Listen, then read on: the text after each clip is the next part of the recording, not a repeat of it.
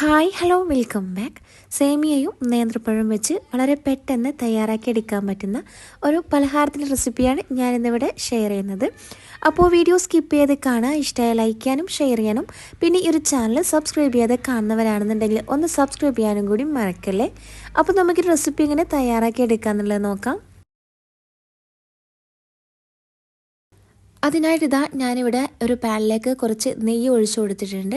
നെയ്യ് നല്ലോണം ചൂടായി വന്നാൽ അതിലേക്ക് നേന്ത്രപ്പഴം ചേർത്ത് കൊടുക്കാം. അത്യാവശ്യം പഴുത്ത നേന്ത്രപ്പഴം തന്നെയാണ് ഞാനിവിടെ എടുത്തിട്ടുണ്ടായിരുന്നത്. ഒരു നേന്ത്രപ്പഴമാണ് ഞാനിവിടെ എടുത്തിട്ടുള്ളത് കേട്ടോ. ഇതുപോലെ ചെറുതായിട്ടൊന്ന് കട്ട് ചെയ്തിട്ട് നമുക്കൊരു നെയ്യിലേക്ക് ചേർത്ത് കൊടുക്കാം. നെയ്യ് മാത്രം എടുക്കാനായിട്ട് നോക്കുക, അല്ലാതെ വെളിച്ചെണ്ണ ഒന്നും എടുക്കരുത്. ഈ ഒരു പോളയ്ക്ക് നെയ്യും കൂടി ചേരുമ്പോഴാണ് നല്ലൊരു ടേസ്റ്റ് ഉണ്ടാവുക. അതുകൊണ്ട് നെയ്യ് തന്നെ എടുക്കാനായിട്ട് നോക്കുക. അപ്പോൾ ഈ ഒരു നേന്ത്രപ്പഴം ഏകദേശം ഒന്നിങ്ങനെ വെന്ത് വരുന്നുണ്ട്. നല്ലോണം വെന്ത് വന്നാൽ നമുക്കൊരു നേന്ത്രപ്പഴം അതിൽ നിന്ന് കോരി മാറ്റാം.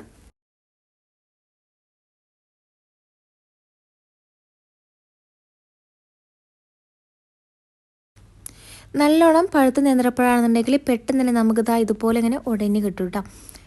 അപ്പോൾ ഈ ഒരു നേന്ത്രപ്പഴം ഫുള്ളായിട്ട് അതിൽ നിന്ന് ഞാൻ മാറ്റിയെടുത്തിട്ടുണ്ട്. പിന്നെ നിങ്ങൾക്ക് നേന്ത്രപ്പഴം കൂടുതലായിട്ട് വേണമെന്നുണ്ടെങ്കിൽ രണ്ടെണ്ണമൊക്കെ എടുക്കുക കേട്ടോ. ഉണ്ടാക്കിയെടുക്കുന്നതിന് നമുക്ക് ആ ഒരു ബാറ്ററിനനുസരിച്ച് വേണം നേന്ത്രപ്പഴം കൂട്ടിയെടുക്കാനായിട്ട്. ഒരുപാട് നേന്ത്രപ്പഴമൊക്കെ വേണമെന്നുണ്ടെങ്കിൽ ഒരു 2 നേന്ത്രപ്പഴമൊക്കെ എടുക്കാവുന്നതാണ്. ഞാനിവിടെ ഒരു നേന്ത്രപ്പഴം മാത്രമേ എടുത്തിട്ടുണ്ടായിരുന്നുള്ളൂ. ഇനി ആ ഒരു പാനിൽ തന്നെ നമുക്ക് കുറച്ച് സേമിയയും കൂടി ചേർത്ത് കൊടുക്കാം.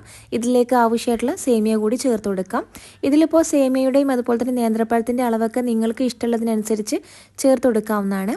അപ്പോൾ ഈ ഒരു സേമിയയും കൂടി നമുക്ക് ഈ ഒരു നെയ്യിലിട്ടിട്ട് ഒന്ന് വറുത്തെടുക്കാം. ഏകദേശം ഇത് നല്ലോണം നൈസായിട്ടുള്ള സേമിയാണ് കേട്ടോ. അതുകൊണ്ട് തന്നെ പെട്ടെന്ന് ഇത് വെന്ത് കിട്ടും ചെയ്യും. അപ്പോൾ ഒരുപാട് ടൈം ഇട്ടിട്ട് ഇങ്ങനെ വറുത്തെടുക്കേണ്ട ആവശ്യമൊന്നുമില്ല. അത് പെട്ടെന്ന് കരിഞ്ഞു പോകാനുള്ള ചാൻസ് ഉണ്ട്. അപ്പോൾ ഈ ഒരു സേമിയ ഒന്നിങ്ങനെ വറുത്തെടുത്തതിന് ശേഷം നമുക്കതിലേക്ക് കുറച്ച് പാല് ചേർത്ത് കൊടുക്കാം. ഈ ഒരു സേമിയ വേവിക്കാനായിട്ടുള്ള പാല് മാത്രം മതിയാകും. കുറച്ച് പാൽ ഒഴിച്ചു കൊടുത്തിട്ട് ഇതുപോലെ അങ്ങ് ഇളക്കി കൊടുക്കാം.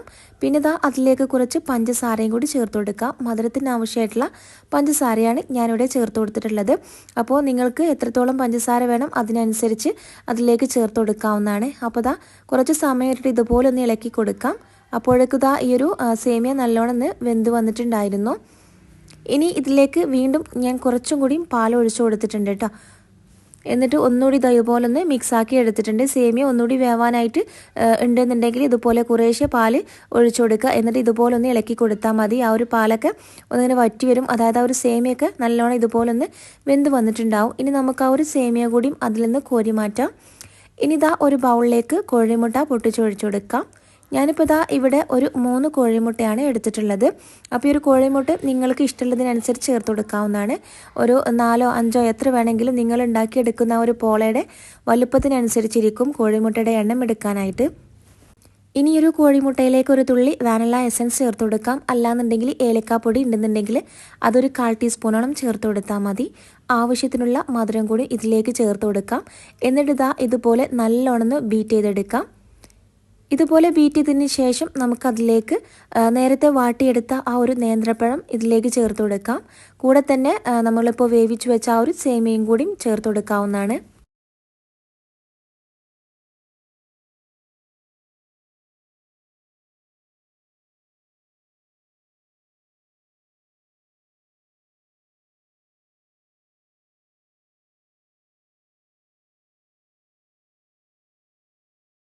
സേമിയ കൂടി ചേർത്ത് കൊടുത്തിട്ട് ഇതുപോലെ അങ്ങ് മിക്സാക്കി എടുക്കുക. ഇനി ഇതിലേക്ക് ഏറ്റവും ലാസ്റ്റായിട്ട് കുറച്ച് പാലും കൂടിയും ചേർത്ത് കൊടുക്കാം. പാൽ ഒഴിച്ചെടുക്കുമ്പോൾ ഒരുപാടൊന്നും ഒഴിച്ചു കൊടുക്കേണ്ട. ഒരു 1-2 ടേബിൾ സ്പൂൺ പാൽ മാത്രം ഇതിലേക്ക് ചേർത്ത് കൊടുത്താൽ മതി. പിന്നെ ഇതിലേക്കൊരു പിഞ്ചളവിൽ ഉപ്പും കൂടി ചേർത്ത് കൊടുക്കണേ, പറയാൻ വിട്ടുപോയതാണ്. അപ്പോൾ എല്ലാം കൂടി മിക്സ് ആക്കിയതിന് ശേഷം ഇതുപോലത്തെ ഒരു നോൺ സ്റ്റിക്കിൻ്റെ പാൻ എടുക്കുക. അതിലേക്ക് കുറച്ച് ബട്ടറോ അല്ലാന്നുണ്ടെങ്കിൽ നെയ്യോ ഒന്ന് സ്പ്രെഡ് ചെയ്ത് കൊടുത്തതിന് ശേഷം നമുക്ക് ഈ ഒരു ബാറ്റർ അതിലേക്ക് ഫുള്ളായിട്ടൊന്ന് ഒഴിച്ചു കൊടുക്കാവുന്നതാണ്.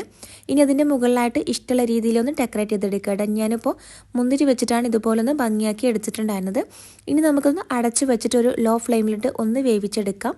പെട്ടെന്ന് തന്നെ ഇത് കുക്കായി കിട്ടിട്ട് ഏകദേശം ഒരു 15 അല്ലെങ്കിൽ 10 മിനിറ്റോ മതിയാകും. പെട്ടെന്ന് തന്നെ ഇത് കുക്കായി വരുന്നതാണ്. അപ്പോൾ ഈ ഒരു പോള ഏകദേശം ഇവിടെ കുക്കായി വന്നിട്ടുണ്ട്. ഇനി നല്ലോണം ചൂടാറിയതിന് ശേഷം നമുക്കൊരു പ്ലേറ്റിലോട്ട് മാറ്റി കൊടുക്കാം. അപ്പോൾ നമ്മുടെ കായ്പോള ഇവിടെ റെഡി ആയിട്ടുണ്ട്. നല്ല ടേസ്റ്റാണ്, മാത്രമല്ല നല്ല സോഫ്റ്റാണ് കേട്ടോ. ഈ ഒരു കായ്പോള എന്തായാലും ഇതുപോലെ ഒന്ന് തയ്യാറാക്കി നോക്കാം. നമുക്കിത് ഇതുപോലെ കട്ട് ചെയ്യുമ്പോൾ തന്നെ അറിയാം എത്രത്തോളം സോഫ്റ്റായിട്ടാണ് ഈ ഒരു കായ്പോള കിട്ടിയിട്ടുള്ളത് കേട്ടോ. അപ്പോൾ എന്തായാലും ഒന്ന് ട്രൈ ചെയ്ത് നോക്കിയിട്ട് ഫീഡ്ബാക്ക് അറിയിക്കാനും കൂടി മറക്കല്ലേ. അപ്പോൾ ഇതുപോലത്തെ ഈസിയായുള്ള റെസിപ്പീസിനൊക്കെ വേണ്ടി ഒരു ചാനൽ സബ്സ്ക്രൈബ് ചെയ്യുക. സബ്സ്ക്രൈബ് ചെയ്യുമ്പോൾ ബെല്ലൈക്കൺ പ്രസ് ചെയ്ത് ഓൾ എന്ന ഓപ്ഷനും കൂടി കൊടുക്കാൻ മറക്കല്ലേ. അപ്പോൾ ഇൻഷാ അല്ലാഹ് പുതിയൊരു വീഡിയോയിൽ കാണാം. താങ്ക്